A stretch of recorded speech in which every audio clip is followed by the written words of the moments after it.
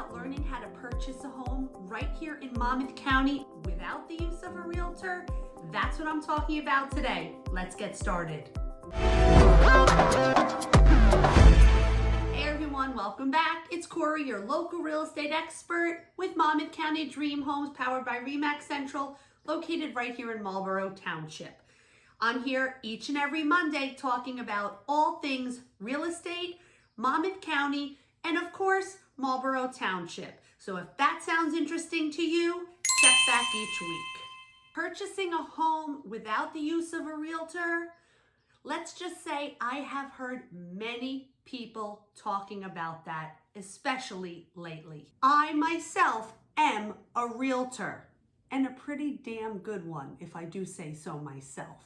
So then if I'm an agent, why would I be here taking all this time to make a video helping you go out there and purchase a home without the use of an agent? Seems pretty crazy, doesn't it? Well, the truth is, as much as I love working with people and helping them purchase a home, there are still going to be those who insist on going through the process without the use of an agent. So I may as well share the information that I have. The first thing I think we should discuss, why on earth would somebody even attempt to purchase a home without using a realtor? There really has to be a reason somebody would choose to go that direction. And I came up with 6 different reasons somebody may choose to purchase a home without using an agent. So let's cover those first. Reason number 1. Somebody had an awful experience with an agent in the past. It only takes one experience to make somebody promise themselves never again. And that's not just with real estate. Think about if you go out and you eat something and you spend the entire night throwing up and it was just a coincidence.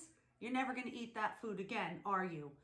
Nope. So one bad experience with a real estate agent and you are done. Reason number 2, you are focusing solely on looking at for sale by owners.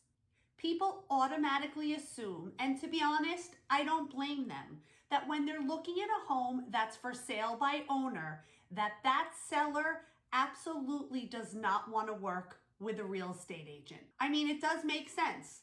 If somebody's listing their house on their own, they don't want to use an agent, but that's not true.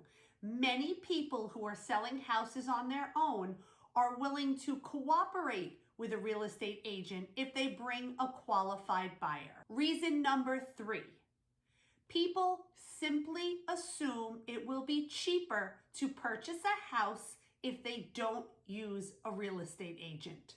If a seller is not using an agent, they don't have to pay commission. So if they don't have to pay commission, there's a lot more room to negotiate, meaning they are going to drop the price of their house all the way down to compensate for not spending commission, right?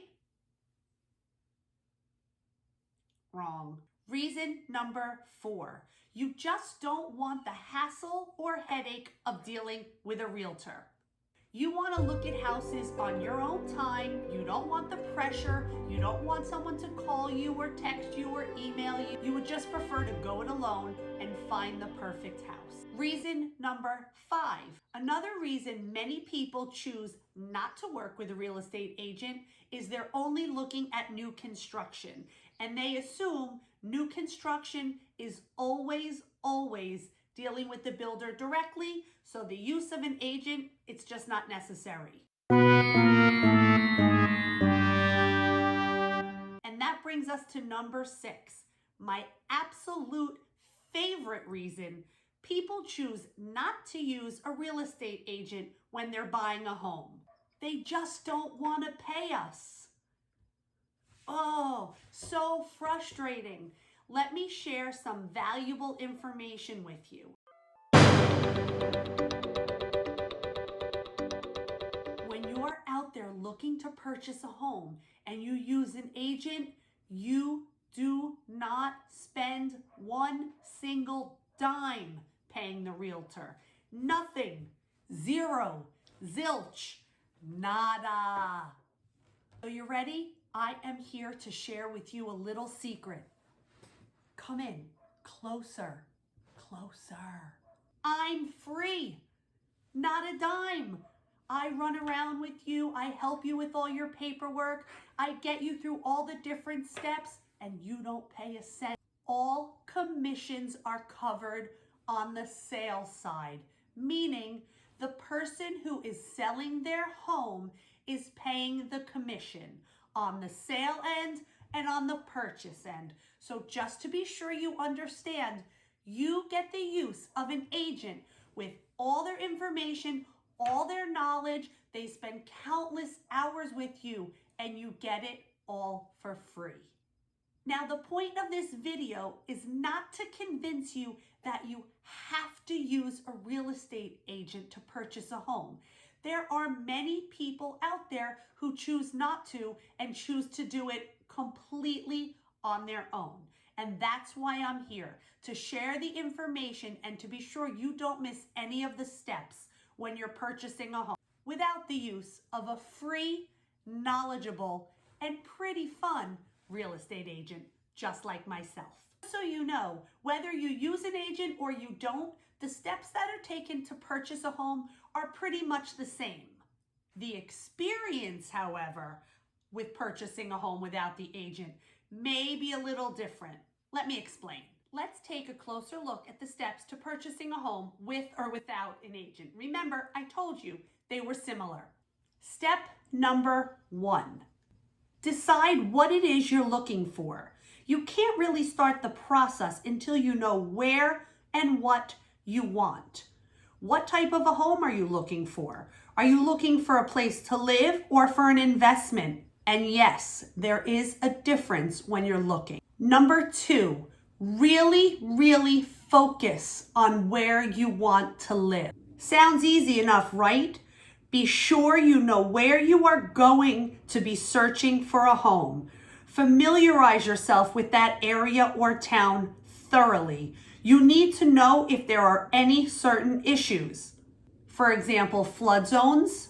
It sounds easy, but you really need to do your due diligence. Number 3, ask yourself, are schools important? If the answer to this question is yes, you need to investigate and investigate thoroughly. Number 4, be sure you have a true understanding of the current market value in the area you are looking to purchase a home. What are houses selling for? Is it a buyer's market, a seller's market? How long are the homes on the market before going under contract? How close to asking price are they getting? Do you know the average sales price in the area within the development and a 2-mile radius all around? All of this information is extremely important, so you have all of the knowledge when you go to make an offer on a home. Number 5, find yourself a mortgage lender, and a good one. You can't purchase a home until you're pre-approved and all your paperwork is started. Nobody is going to even take you seriously if they find out you're running around looking and you haven't even spoken to a mortgage lender. Number 6, find yourself a really good real estate attorney. Number 7, start looking for a home. Check out Zillow, Trulia, Realtor.com. Not to be a downer, but many of these sites, just so you know, are not up to date. So you may think you see something amazing and you find out it sold a couple of weeks ago. Number 8, schedule and set up appointments to see the homes that you think look interesting. Start making phone calls and reach out to all of the owners to see if they can accommodate you to view the property. Step number 9, you found a house, you think it's the perfect one, go ahead, make an offer. Be sure you understand exactly how to even begin to make an offer.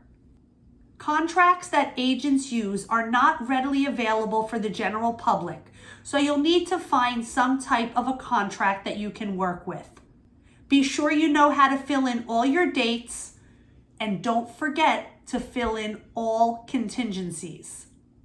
You want to be sure you know what's included in the sale of the home and what is not. Be sure you find out. Ask a ton of questions. Is that washer and dryer staying? Is that gorgeous refrigerator staying? What about those window treatments? Are those staying with the house? There is quite a bit of information you need to gather when making an offer on a home. Moving on to number 10. Your offer was not accepted. It's time to negotiate. Let's jump ahead a little now. Negotiations have gone back and forth, and we're now at step 11. Your offer was accepted. Now it's time to get that paperwork filled out, signed by both sides, and get it over to your attorney immediately so you can begin the process of attorney review. There are many people out there searching for a home who don't need any help and can do it on their own. And you may be one of those people as well. But I will tell you, the tricky and more difficult part doesn't really begin until after you find the perfect home and after you make your offer. That's it for this week, everyone. Check back next week for the second part in my series on how to buy a home without the use of a realtor.